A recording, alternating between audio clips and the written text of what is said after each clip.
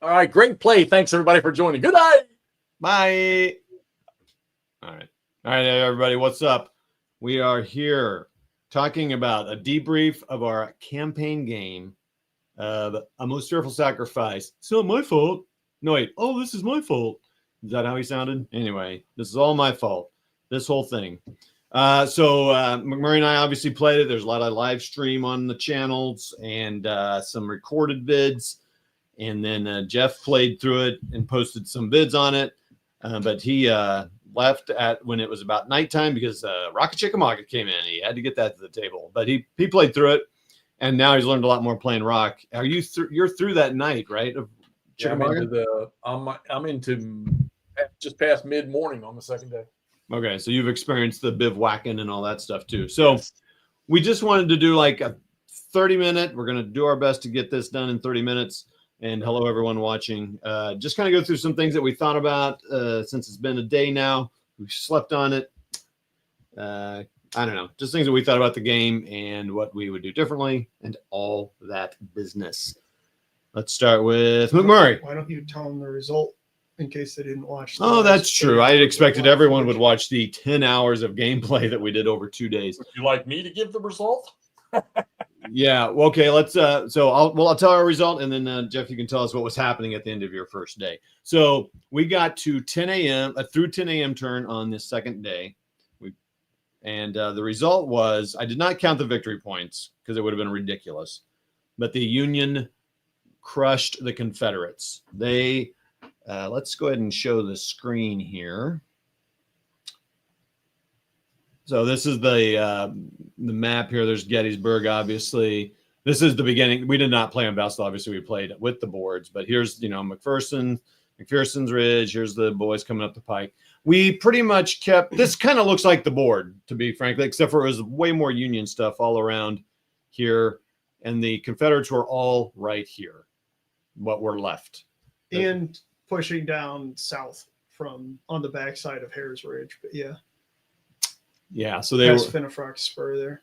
Yeah, so Longstreet had made a little bit over here, but it was just getting stomped, and then we had a ton of Union guys going. Oh, I can't see. Hold on here. So that was the result. I mean, it was like I said, I didn't count the victory points. It would have just been outrageously in favor of the Union. We just could not make anything happen for the Confederates. We can talk about why that might have been, but that is the result in our game. Jeff, what happened? What was happening in yours? Well, I owned Cemetery Hill. I owned Culp's Hill with Rhodes and Early, and Pender was crushing the remaining Union units right on the east side of Cemetery Hill that were trapped in Cemetery Ridge. And then I went to, like I say, then my night turns were getting ready to start, and Rocket Chickamauga showed up. So I cleared. Wow. I destroyed First Corps, and pretty much, and 11th Corps was in a shambles. And that was pretty much it. And like I said, then Rocket Chickamauga showed up, and so I was like one step ahead of what the Army of Northern Virginia was in the actual fight. That blows my mind how different our games were. How far had you taken all of Cemetery Ridge as well, or Seminary Ridge as well? So on your map there, where you've got that, so Cemetery Hill is the top 3 hexes on Cemetery Hill. Yeah, these here. And then that one unit to the south of Cemetery Hill in the woods, that's about where my Confederate line was, and then it went all the way over to Culp's Hill. Okay, but again, my question is, did you get the entire? Because I've played Gettysburg games where Ewell comes in and smashes through Gettysburg and gets to like Cemetery Hill, but there are still Union units on Seminary Ridge. Was that the case for you, or had you cleared Seminary Ridge also? Well, so what I decided to do, since First Corps was, I mean, they were doing okay, but once the right side of 11th Corps pretty much got shoved in and Early was bypassing, I said I can't leave First Corps out there anymore. Okay, fair enough. But they were never able to completely get back because Pender broke through, and that gap where on Seminary Ridge, where those 2 First Corps units are, just to the right of that in the little wooded area there, they broke through and were headed and got out into the valley out there. that's where we had a division from AP Hills Corps get right up to that gap and get stopped, surrounded, and crushed. Yep. So Wait, that's how far they got up? yeah, they were in that gap. Oh, wow. Yeah. Oh, that's right. I thought it was down here they were. No, it's whatever the green division was. Oh, wow. Yeah, my Penders division was literally, you could almost say they were untouched all the way into the valley where they started to destroy. They almost wiped Buford off the map, but he got away. But the First Corps actually had units trapped behind Pender's division. And if I could ever gotten Heath to do anything, he probably could have worked on what was left of those. Wow. So I stand corrected. There were still, I think there was 2 batteries of guns from the 11th Corps, which had the only escape route they had was to come up Seminary Ridge and try to go around Pender behind them. Mm. And there was a First Corps, 1 or 2 First Corps units that were still left stuck on Seminary Ridge. Okay. I was about to say, I've had Gettysburg games where it just turns into like an awkward north-south fight with the units stretching from the east to the west. And then invariably that valley between Seminary Ridge and Cemetery Hill just turns into a bloodbath because there's nothing there. It's just straight destructive combat. Mm. But anyways, that's not where we're at right now. That's not what happened yesterday. Not at all. Not at all. So, all right. I guess let's just ultimately get to the point. Did you enjoy the experience, even though it was so lopsided? I had a great time. Like, it's a great game.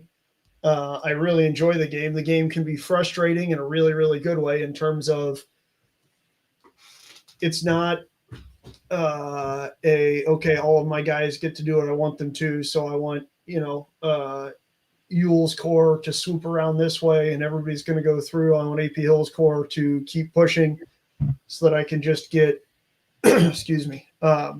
Longstreet around the flank to the south. So, yeah, I mean, it was fun. It was frustrating at first because I got, Union units that are just sitting at essentially almost the board edge on the Emmitsburg Road. And then on, the Taneytown Road and I think it's a Baltimore Pike, just hanging out on the board edge because I can't activate them. And you guys weren't using the March to the Sound of the Guns rule either. So we were not. Nope. That would have been super duper fun, but no, we did not. So yeah, like de Trobriand and von Gilsa and stuff, when they were coming in, significantly later than the rest of their divisions, just kind of sat, right? Or were playing, a nice stroll down the roads going up towards Gettysburg. But at the same time, well, do we want to just kind of walk through how our game went other than just the end of it? Yeah. I was just curious how you felt about it. I mean, I ultimately was the same way. Had a great time. It was a fantastic game. Gladly play again. Not necessarily right now. Yeah, no, that was a lot. It was long. But as I was pulling up this Vassal, I guess this tells you how I thought about it. As I was pulling up this Vassal mod just to have something up here to look at besides our lovely, beautiful faces, I was like, oh, man, I want to try this scenario. So this is the whole scenario, but I want to try that scenario where he's trying to take the hill. And I want to try that scenario where they're trying to, so I could just like play a little part of it, or even, man, just start and see where I get after a couple hours. I'd still say a bunch of these smaller engagements are in blind swords we could play. Yeah. Like now, like Jeff just got first day at Gettysburg, but I have the Devils to pay, which is specifically Heath coming up to push Buford off of McPherson's Ridge. I also have Longstreet attacks, which is the south end on day 2. Okay. I played through the entirety of Longstreet attacks. I think I played through a scenario or 2 in Devils to pay, yeah. And I don't have first day at Gettysburg, but Jeff said that has drastically more than just the cavalry fight, yeah.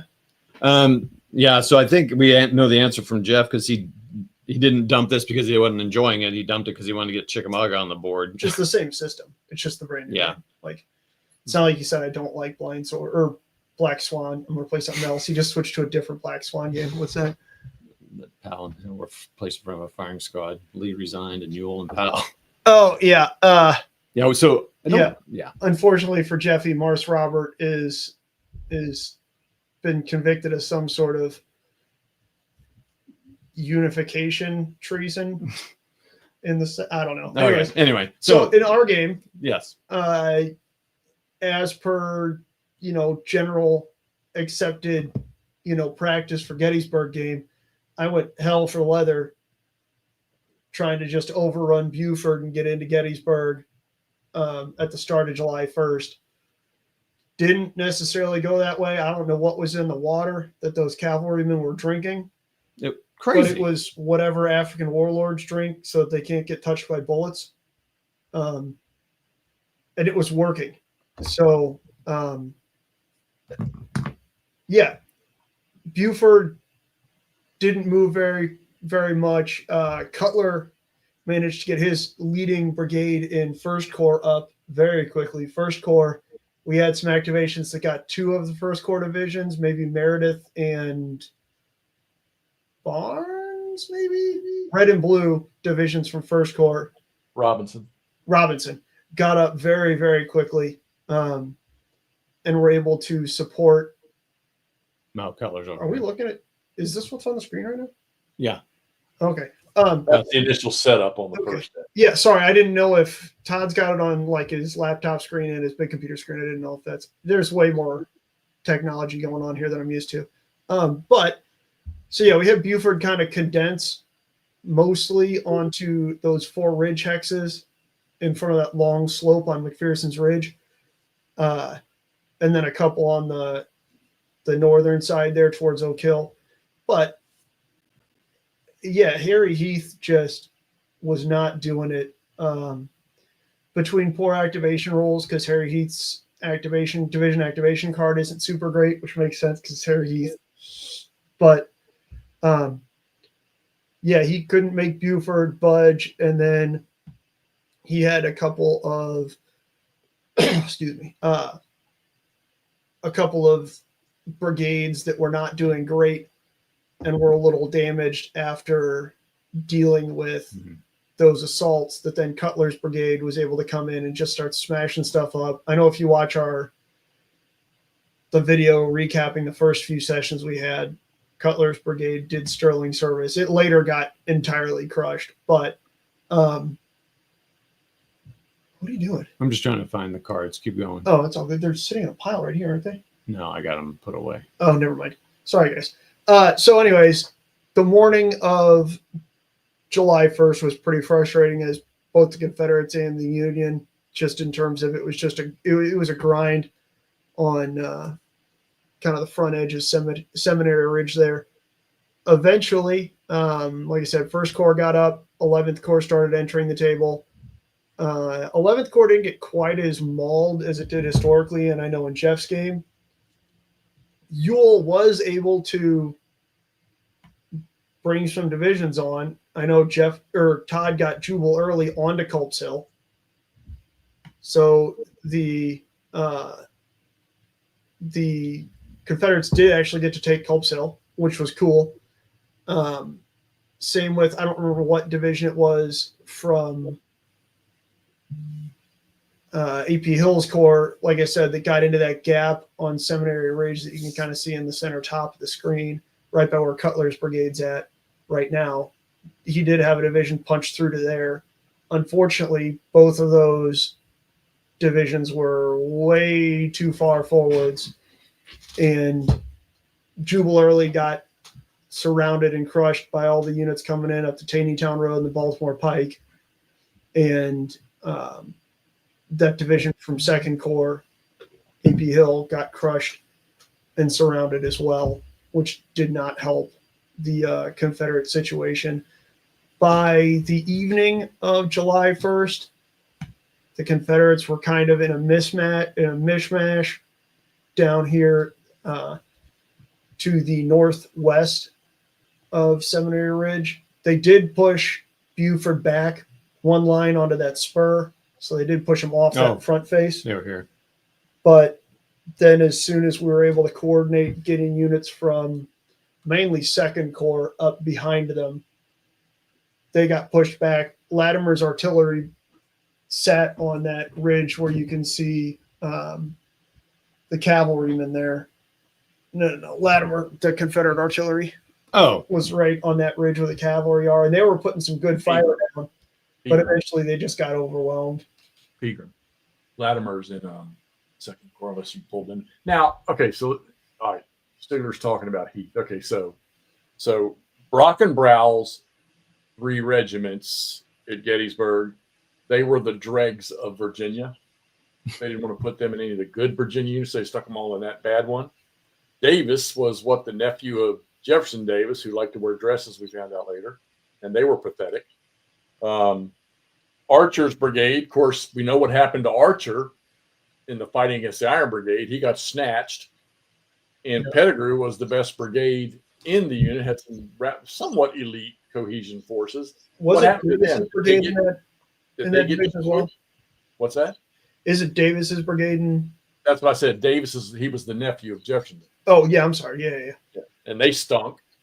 And he had, was it the 55th North Carolina? One of those was like the biggest regiment in the entire Army of Northern Virginia or something like that. There you go. Massive amount of men, and they just got smoked.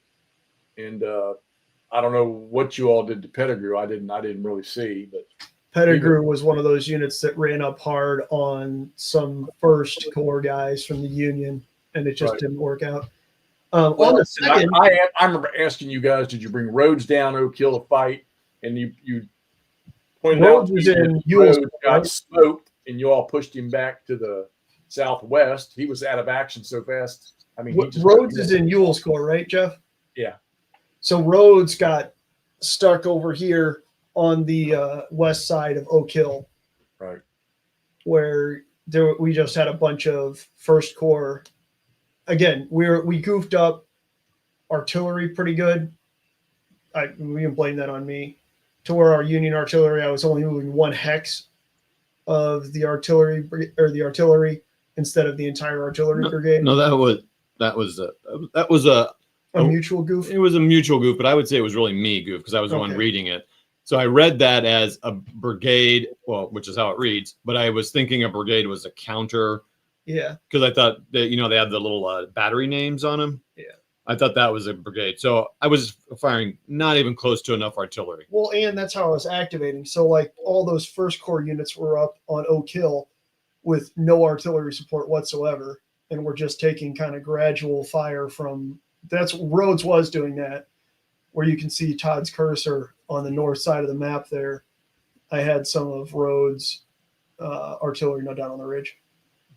Yeah, over there that was putting fire up on Oak Hill. But by the second, the Union had already cleared out. No, they had not entirely cleared out Culp's Hill. By the morning of the second, the Confederates still held Culp's Hill and then that gap on Seminary Ridge. Those got cleared out right around when Longstreet was coming into action. Yeah, so which meant that those Third Corps units who had been fighting there along Seminary Ridge all just swung down onto Prisker's Hill and the ridge line there at the south end of Hare's Ridge. And so Longstreet just massacred Third Corps. Third Corps was in tatters. What happened when Third Corps got down here and they were trying to block the line here? What happened at 1:15 in the morning our local time? Well, we don't need to talk about it. I'm sorry. So anyways, Todd's trying to stir the pot. Don't worry. As soon as Nord comes in here, he will. But yeah, so that's kind of that's when I needed to go home and go to sleep to wake up this morning to do stuff. To leave and spend time with family yesterday. Oh yeah, sure. And that's Jeffy and Toddy Poo Poo called it at that point in time. I thought I was coming back this morning to finish fighting. We were asking the audience. I mean, it was just too. That's fair. I mean, because what we really looked at, and because I know it doesn't really matter, but we were looking at I think victory points. Like there's nothing to fight for even. They're not making it anywhere, and their casualties is what did it. Yeah.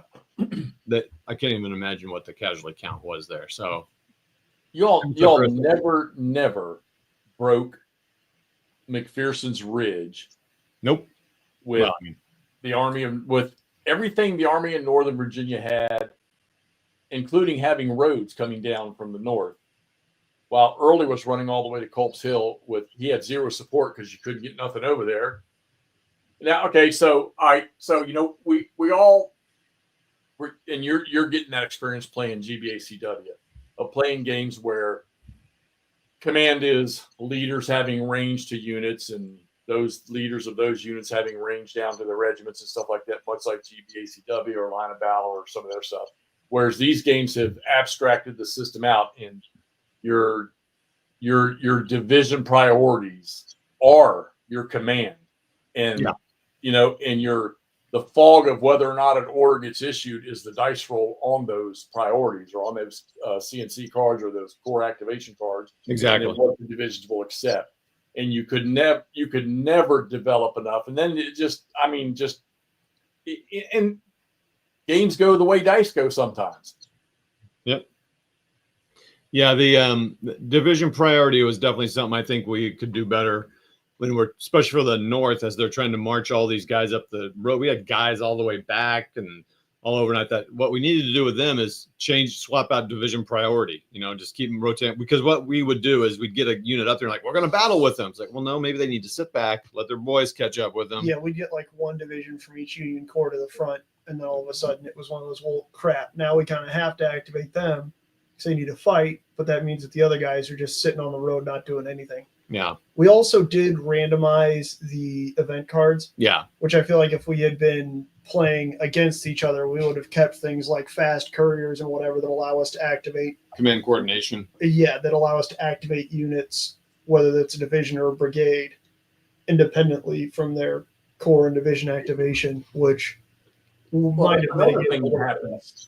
What's up? Another thing that happens, and it's happening to me in Rocket Sugar, and it's kind of cool. It's kind of a cool effect.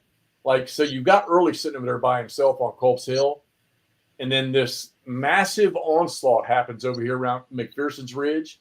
Well, you change division priorities, and you never get Early out of the way. Well, yeah, he just sat there for the entire afternoon of the first because we didn't, like, we were slowly surrounding him with some units from. He took 3 corps were distracted by him. Correct. 3 different corps, not third corps. 3 different corps were distracted because they're like, well, we don't want them to go further in because they didn't want to get these 10 points up here. And so because look at all that we committed tons of Wainwright and Osborne artillery just pounding these guys. At one point, didn't you have Confederates on Cemetery Hill also? Yeah, that was interesting. So yeah, Confederates got up on Cemetery. Let's see. I'm trying to remember. I had 3 possessions of it. Let's say Union was up there. They got just rocked by Confederates that came up here, so they got off. Confederates got up there, and as soon as they got up there, they got rocked and got knocked down. I was like, man, no one's taking Cemetery Hill because that place is living up to its name. So then Early got up here. Yeah, that move to Culp's Hill was just not very smart on mine. And I did it was practicable. You did it. I did it, but there was no follow-up. We've all seen that scene in Gettysburg. If practicable, if I had a regiment, I would have taken that hill. Unfortunately, Early had a division, and it didn't work out. Yeah. Now, what should I have done with Early instead? I don't know. Maybe come over here, hit the backside of first, or should Rhodes have moved hastily to Early instead of coming down Oak Hill? Yeah, maybe. Yeah, because Rhodes and who else comes over here? I don't remember the third division. Everyone that came up here. What's that, Jeff? Rhodes and Early are the only 2 that come in over there. Oh, really? Okay, well then there's not a third division in. Nope. Johnson comes in on the Chambersburg Pike. Okay. Well, okay, it was Johnson then. Johnson, Rhodes, and Early made it that far, but Johnson and Rhodes, so they were coming up. Those guys just got. It was when I played by myself. You could not get Johnson. There was no way you were going to get. So Johnson came in where everybody else in the Confederate Army. Johnson comes here. I think our idea was we were going to put Rhodes because Rhodes can come in on the Mummersburg Road, right? He has 3 choices. Yeah. So the idea there, if I recall correctly, was okay. Let's bring him in. We'll take Oak Hill. Because taking McPherson's Ridge, where Buford starts, was not working out for us. And so, again, the Confederates had Oak Hill for a minute, but then that weight of 1st and 2nd Corps arriving just didn't work out. I don't know. I did the traditional wisdom for Gettysburg games, like we talked about, is you go balls to the walls, trying to get I don't remember Stigler, I'm sorry. But I tried to go just, and Jeff, I mean, this is, correct me if I'm wrong, this has always been the conventional wisdom that's worked for me as the Confederates in Gettysburg games and everything else, is you get into Gettysburg, you get on Cemetery Hill as quickly as you can. Yep. With as many guys as you can on the first day. Yeah. So that's what we did with, we were trying to do with Heath and Hill's Corps as they came in. It just wasn't happening, man. Like I said, as soon as we consolidated Buford a little bit, right, to hold the Emmetsburg Road or the Chambersburg Pike, so that the Confederates couldn't just start streaming guys with maneuver orders at half movement cost straight down there. And they were able to do that. Caliph's battery of pop guns did pretty good for itself. That certainly was one of those things where we were doing the artillery activation wrong. Caliph's battery is tiny and doesn't do much, so it's not that much of a handicap that only one hex of it gets to shoot. All of Heath's artillery was shooting at one hex per turn also for that initial artillery bombardment at the start of every turn. But what else on your list, Toddy? What do we need to address? Well, let's see here. So because especially the Confederates, since they were losing so much, I was not, when we would do rally orders or defend orders or whatever it is, defend orders to get rally, I should have been paying a little bit more attention to what we could rally off the broken side. So when they break, they see it off board and you can rally them back broken. I thought you had to do that at night. Battle one, no. What you can do at night is bring crush to broken. Oh. So yeah, so that was a lost opportunity there. We didn't do a lot of that. It didn't feel like. That's one of the things about this. You got to make a choice. So we know that infantry can do things in attempt to rally in a defensive. Plus, they get a +1 column shift. But artillery can do only one of 3 options each time. Yeah. So and then we also talked about too is not being able to get anything coordinated. Yeah, well, I mean, to speak to that, I think this, especially when you're playing the long game, it's a long game, and again, we could have been more patient and we're attacking every hour. Like, no, maybe we take 2 or 3 hours. I'm talking about in-game turn time. Every turn is an hour. Maybe we're gonna take 2 or 3 hours to get everyone set up, refresh them, get some guys up. In the first day of the battle, I mean, so Heath strikes.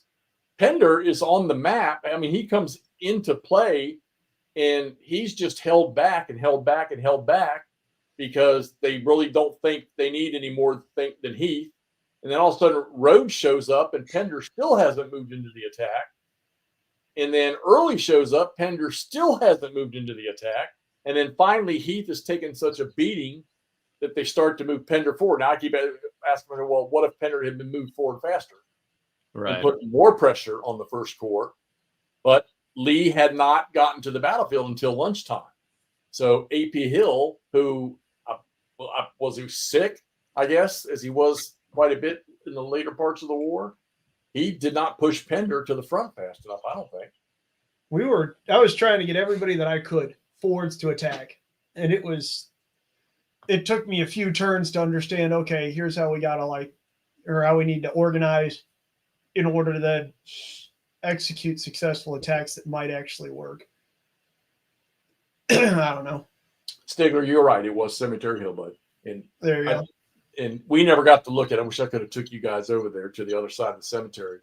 If you stand at kind of like the focal point of East Cemetery Hill, it's like a freaking chute coming up in there where if you had cannons sitting there in that little V, it would just be a massacre for anything coming up in there, but there wasn't nothing there, I get.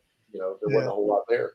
I mean, Howard had the right idea. He kept the Schertz's division back on Cemetery Hill, but then when he saw what was happening to Barlow and von Steinwehr, he shipped Coster's brigade forward off of Cemetery Hill, where they were preparing. Yeah. But I mean, y'all made it. And Herman said it right.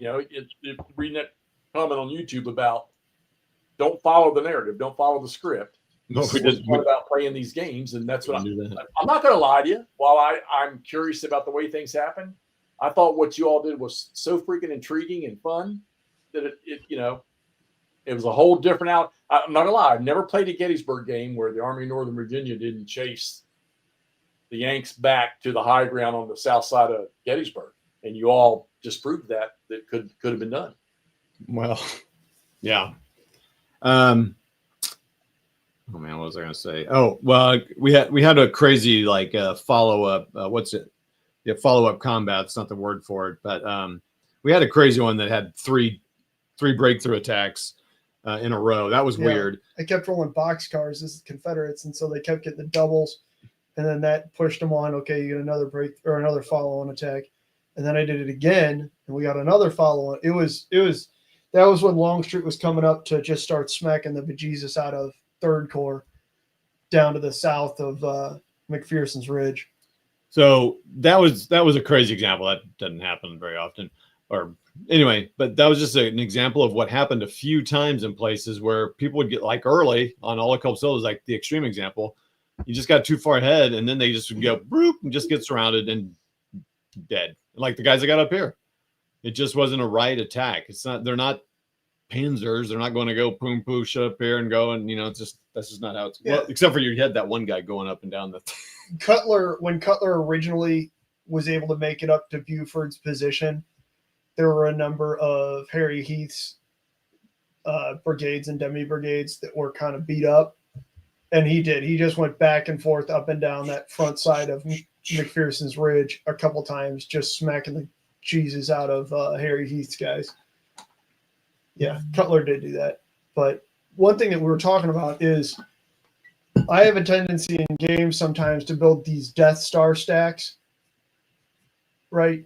Which is what I just call a really powerful stack that's got a lot of strength points or combat points, whatever the system does.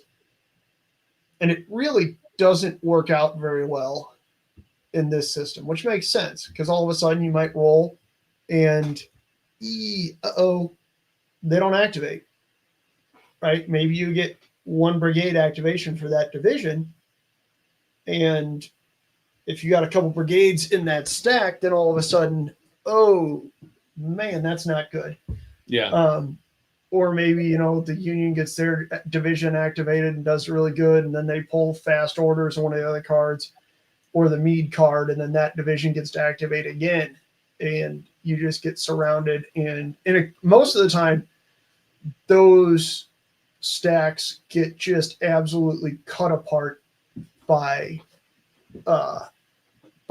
volley fire. So you get 3 or 4 moderate sized stacks around them, and you shake them, and then you shake them again and they're battle worn, and you shake them again and they're battle worn and shaken, and then you shake them again and they're taking tests to see if they run the hell off. And that's a really good way that we found in this game to start just making units entirely combat ineffective. But it's also good for the Union. I mean, you want to call it fortune or being fortunate that they had the initial units on the board and the initial units riding were very good cavalry and probably some of the best infantry troops in the entire Army of the Potomac were the first ones to hit the field. Yeah. Second Corps is pretty beefy, but it took them a while to get up. It was fantastic. I enjoyed the hell out of this game, and now I want to play Blind Swords, and I keep looking at the Shattered Union series also, because that combines the level of engagement in Blind Swords with this card draw system, which sounds quite wonderful. One of the rules that's in Blind Swords that I kind of wish was in this one here is in this one here, when you get division priority, I don't know about AMFS. I can't remember the cards now, but in the Rocket Chickamauga, you have no orders. Yeah. Sometimes. And in Blind Swords, you would get a limited activation where they could at least fire. Yeah, exactly. Blind Swords is far closer to that. Okay, everybody can usually do something. Whether that's a full activation or, they're just standing where they're at and shooting. It is different than here, because here, absolutely, we kept running into that with Third Corps. Bernie kept rolling ones on his division activation, would just do absolutely nothing. Just stand there and get the Christ beat out of him by Longstreet. Yeah, that is true. You do. Yeah. And honestly, if you roll poorly enough on your core activation, sometimes it's congratulations. You can have activate one brigade from your division that has priority 1. And that's or your opponent is holding a command confusion card. Yeah, and so then all of a sudden it's they're not doing anything anyways. Yeah. They are moving 2 movement points. Or they have I mean, it is. The whole game revolves that whole game, the priority rule of this game that determines whether or not something is going to happen is division priority and what you get on that core card. Yeah. That sets the pace for every card flip in the game. Every dice roll that has anything to do with getting troops to move revolves around that division priority system. And like I said, I wish you guys, those of you that have Rocket Chickamauga, you're definitely going to see the difference in the division priority and the number and the types of activations you get. I think they beefed it up a little bit more, Rocket Chickamauga, with many more options. I mean, you told me the Longstreet card has 4 out of 6 that can be DP1 and DP2, and he's only got 3 divisions, so that's a plus for him. But which is wild, because then I don't know if there's any Union core cards other than maybe Second Corps that have more than just DP1 activation. Right. Now I'm a Stigler. Okay, so that's okay. Very valid. Okay, I'm going to go with. Okay, well, I'm going to say it. I'm going to say it every time. GBA still W is still the best one. It's still the best game in the system for tactical Civil War. And command radius, or command range, or whatever, or radius, whatever you want to call it, I think is still the best way to go. And how many times your units can activate. So taking this, the Black Swan's fine too, while you're not dealing with command radius, which as well as I do, playing GBCW, you can lose some effect because you can't get things going. Well, at the scale that he created Black Swan, the division priority and the random and dice roll stuff that's how he affected that in this game. And amazingly enough, it seems to work. I didn't think so the first time I played AMFS, but after I played it the second time and now playing Rock Shop, I'm like, you know what? It does kind of work for the scale that you're playing this game. Stig, it is. One thing that we did playing both sides, normally, what's up, Peter? Normally, you've got a set number of those random cards for each side, and you can choose, 2 each turn that you want to have. So if you want fast couriers so the Union can activate an extra division that is coming from a corps that has not yet been activated, you could choose, okay, I want that in here. Confederates have a very similar, or the same card. I think it's got a different name, but I think it's command coordination. Mm-hmm. We decided not to do that, to just use 7 random cards from each side's. What's Lee's CIC card? What was his powers? You can activate an entire division, and I think it gets a +1 on division priority. Yeah, right. So it basically just allows you to Jesus activate something. The point is, it is a lot of weight to put on random cards, but it's not entirely random, and it goes to both sides. So it does open up a lot of opportunities there, but they're not necessarily opportunities that only go to one side. Stigler, you got this game, don't you? You got both of them, don't you? Yeah, I would play where we would choose 2 cards for each side that next time. Yeah. And you said you don't. But let me ask you a question though. Wouldn't you find yourself always picking the same? I mean, you do. I mean, it's the same thing in Blind Swords where you've got the random chits, and it's the same thing. You could choose 2 or 3, and then you throw in however many random ones are there also for the random event chits. Interesting. Yeah, you're right, Jeff. I mean, Union would always be picking who had. Yeah, you certainly do. Just like in Blind Swords, you usually make sure you throw the firefight chit in there because it essentially just allows you to shoot for free. But in this one, eventually you get the Friction of War cards, which really start messing with you. That eliminates the use of the next card drawn, which is not in every turn. They say, but I noticed it came up at 5 p.m. on Saturday, so it's kind of cool. And that's when it came in on the first day. It came in near the end of the day, which is great. I mean, it illustrates people get tired. It does that in blind swords, and it's really frustrating because most of the things in the cup are activations. So it seems like almost always that fog of war chit or confused. There's two of them in blind swords. It's the same fog of war, which is where you roll to die, and then friction of war or friction. So there's two of them. One of them ignores the next shit that gets pulled. The other one you basically just put on the table on something and they are just screwed, can't do anything. Oh gosh. Okay. It's fun. It is fun. Yeah, there are a lot of similarities between the two systems, which did make learning the system a lot faster and a lot easier. Well, your all's default event is slightly different than the default events on the cards. What would say the percentage of you found yourself using default events? We didn't use that default thing very often. Yeah, once we realized you don't hold it. Well, again, the first couple turns we were playing that they all just sat there, and then at the end of the turn, we'd have like 4 default events for each side. Because I don't. That's a really tough one because rarely could we use the cards that you were holding at the end? Because at the end of the turn, the Confederate plays a card that they can play in the Union, but I'm like, you could never play them because it was. We learned how to use those a lot better as we played, also to the point where I think we would have used them more as the default event instead of holding them because they rarely could be used later. Yeah. Which default card, everyone, is 1 unit can minimum move 1 or fire. An infantry unit, like not artillery. Right. You can't just randomly fire artillery. But yeah. Correct. Exactly. And that's the fun part.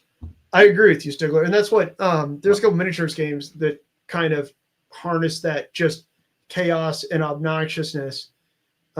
Correct, Camp. I get that a lot also.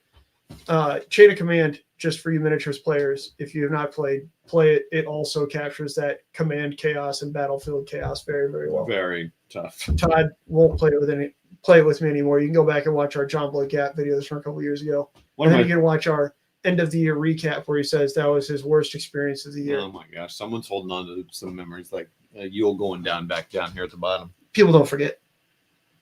Jeez. Anywho, the French getting their butts handed to them 6 games in a row. That might have been some of it.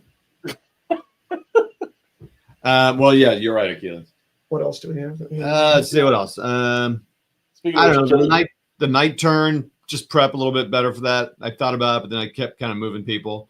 Just a couple turns before, just let them get lined up and ready to go. And yeah, if we had thought to get guys forwards and then spend a turn on defense to put up hasty works, that would have been pretty awesome. Yeah, a little bit more hasty works, a little bit more breastworks, but it's fine. And I think, and just try to nail down some of the rules. A lot of the mistakes came to what happens when McMurray and I play. Just play too fast, and we just like, and we miss shit. Yeah. So that's just like early running to Culp's Hill because we weren't thinking about covering it. It smacks of It Never Snows, where we lost Eindhoven 4 or 5 times to the Germans because we weren't thinking about it. We got it! Yay! Yeah, awesome. You captured it with 1 platoon, you nerds. Something else, yes, and then a company of SS, security troops marches into Eindhoven, and we have to scramble to recapture it.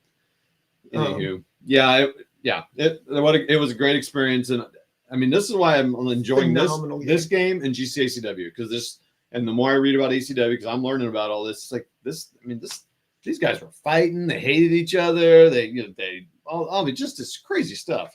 And yes, it happens in every army and every war, but man, it is just really clear in the Civil War because there's so many letters and so there are plenty of idiots in World War II. Documented, you just don't see it. You have radios and shit in World War II, so some of that is mitigated. Well, yeah, you're right. Someone's making up for maybe a little bit more initiative. That's a whole other discussion. This was long story short, this was a fantastic game, fantastic playthrough.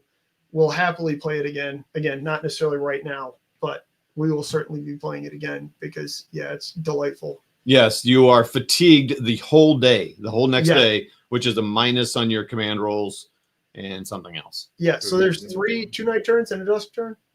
There's a dusk turn, 2 night turns, and then a dawn turn. Yeah, so it is. You have to rest or you are screwed the next day. Yeah, and I did not do that. I definitely everybody was rested. So we didn't that chunk didn't play a part. We didn't have anybody that was just struggling the next day because they didn't get their 40 links. Now, Stig, maybe there might, because I did think about that. That man, there's maybe some troops from the Northern Union guys that we should march like crazy, but I didn't see how that was. That's going to take a couple of planes to kind of figure out the best way to do that, because I know that happened too, and they would be fatigued, but then they'd be rested for the third day. I don't know. So yeah, but there is for sure. They obviously Lutman knows what he's doing. Lutman. That's a good point. You'd probably have far better results defending with those fatigued troops where they don't have to. It doesn't matter. Yeah. If you don't have to activate as much, it wouldn't have been as big a deal. But yeah, we'll have to figure that out. Yep. On the next playthrough. Fun stuff. Great. Lots of little rules to keep track of. It's not bad. It's just little things like marching through Gettysburg at full speed. We messed that up. But yeah, there's stop signs and signals in Gettysburg that slow people down. So it's but super approachable. Big monster. Play it. Get Chickamauga. Do something. You should get it. You should play it. Get your hands on a used copy. There's there's a tons fair of number rolling around. That's where I got mine. I got the copy that we have was a used copy that I got. It was a Kickstarter somebody got of the second edition, so it did have the bigger play aids in it, but absolutely fantastic. Got all the goodies, like little. Or buy it from WarGame Vault for $25 and then use Vassal. What? Yeah, you buy it on WarGame Vault. You get all the rules, all the stuff, and you play it on Vassal for $20. That's a phenomenal idea. Yeah, especially if you're going to solo play it, where you aren't worried about somebody else going, "Hey, we got to play this. We got to play this. We got to play this." Yeah. Yep. So remember too that if you bivouac the following turn after you bivouac, you're not doing a damn thing. Your priority card's flipped upside down. You can't use it. And that's how the Confederates started, with one or two cards that could be used. Didn't hurt them too bad ultimately, because the North wasn't prepared to attack, but they got them a couple times. But yeah, kind of ultimately was okay though, because at the dawn and dusk turns, you can't do a whole lot anyway. So, yeah, your shooting is super curtailed. Your movement is really restricted. Yeah. So it felt like not having them active on that dawn turn wasn't a huge deal. I feel like it hurt the Union more when they were black, because we had a couple guys that were Wajak still, and so they were not moving forward like they needed to. Yeah. Any other questions from the audience? Anybody else? Jeff, anything else? You keep playing Chickamauga. How's it looking? You think you're gonna make it through the whole thing? How many days is that? Oh yeah, it's 3 days. I'm already into the, like I say, almost lunchtime on the second day. I'm trying to consolidate for attacks better. It's not necessarily paying off every time I'd go to do. Well, I actually I had a really decent, successful attack with some Law's division on the left end of the Union flank, but we got to see how that develops. It's so, and always keep it in mind, and we've already talked about it. Todd and I have talked about it to no end. You keep the divisions that belong to a specific corps, keep them together, so that you can get DP1 and DP2 attacks. So you guys, not only that, but you may know this. Some of you may not know this. When you get a dual division, a dual DP activation, you execute both divisions, even though you may give different orders depending on what the division priority order you get is. You execute them as if they were one division. If it's two divisions, so you're going to do all your firing across the board is going to be first.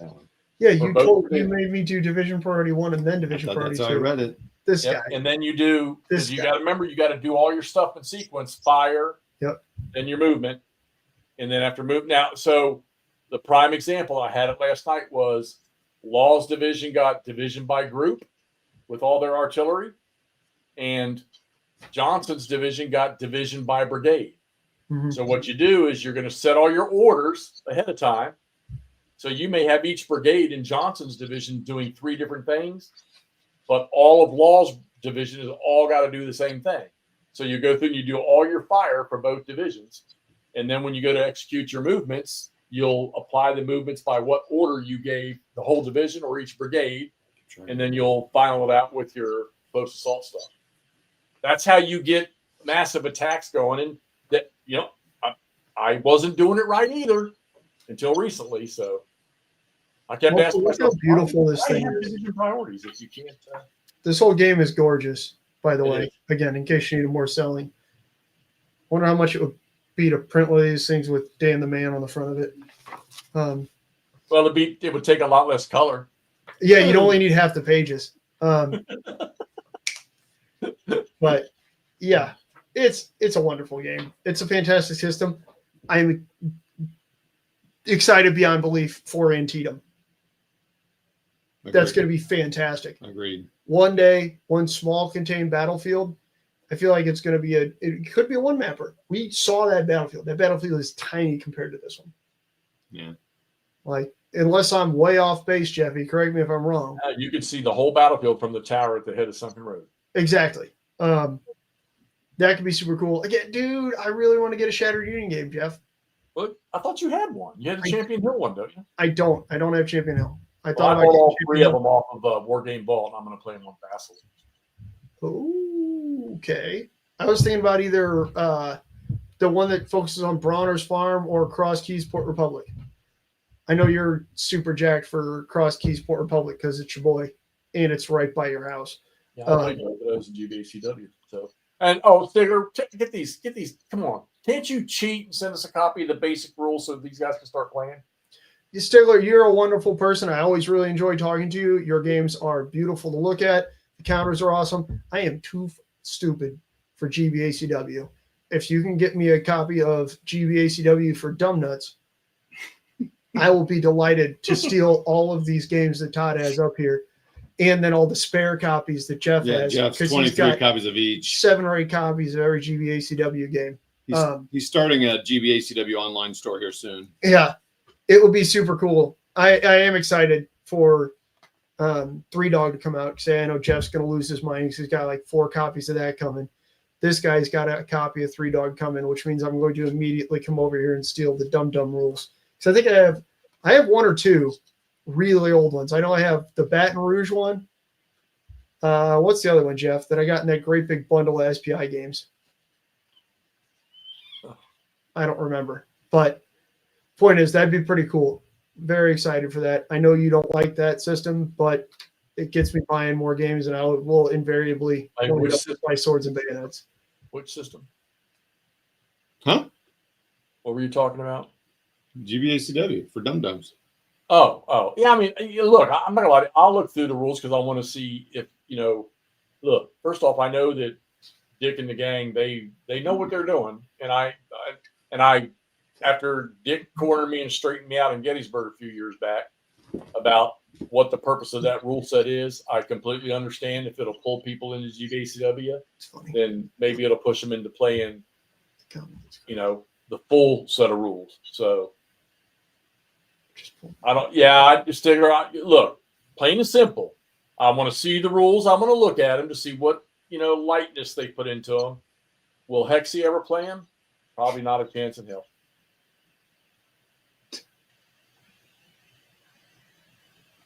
Again, if it gets more boxes out the door, that's probably a good thing for the system in general. But yeah. No Labats, no Labatai, no. And Todd spent that $100 to buy me a nice new version of Ligny, and I'm scared of the system because there's 48 versions of rules to play it by. All right. Anything else, gentlemen? Todd wants to go to bed. He's over there yawning. Look at his eyeballs. Yeah, I got to be up at 4. Everybody, thanks a lot for coming on. Thanks for all the people who watched us play all those hours. That was amazing. Go check out my latest Gettysburg video I posted. Yeah, go check. So Hexy is going to continue playing Chickamauga. I might play one of these smaller snares on Vassal just to kind of see something, but I think we're moving on to something else at the moment. Ross, type your YouTube channel name in the comments there, so they can go look at that. Ross put up his first play with his buddy playing Big Bethel. Oh yeah, that's right, Ross. That was great. I ran the thing for 2 hours and 35 minutes. Yep. More playing of your game, Stig, online, going on YouTube. Yeah. Getting people there you go. Check that channel out, guys. Go over and sub to Ross. Ross is the guy that's been on with us for the last 4 or 5 weekends. On the screen. On the screen. All right. I'll toss it on the screen. You know how to pull up, do you, Jeff? Yeah, he's been pulling them up all day. A sound like thunder. Yep. I just meant to throw the comment up there. Oh, there's the link to the. Oh, he's got it. Yeah, there you go. But he's got his first post up there. They did a playthrough of Big Bethel. Yeah. And his buddy also has a bunch, I think, tutorial stuff up on his channel too. TD. Yeah, how long have those been up? I mean, I've never seen. I've only seen like stuff from you and stuff from a million years ago. Anyway, so I don't know. Yeah, what's the next? Oh well, I'll be playing GBACW for a little bit longer with Jeff and Ross occasionally. Yeah, we got 2 more games to play at least. Yeah, 2 more scenarios. And hopefully Yeah. 3 Dog is here by the time those end. So that If it's not, I think we'd try Kernstown so we can go step in the cow patties. I'm down for whatever. All right. Good All right. stuff. Everybody have fun at work tomorrow. Yay. Whoop-dee. Yay, Monday. Come on. All right. Thanks, all. We'll see you later. See you guys later, Paul. Bye.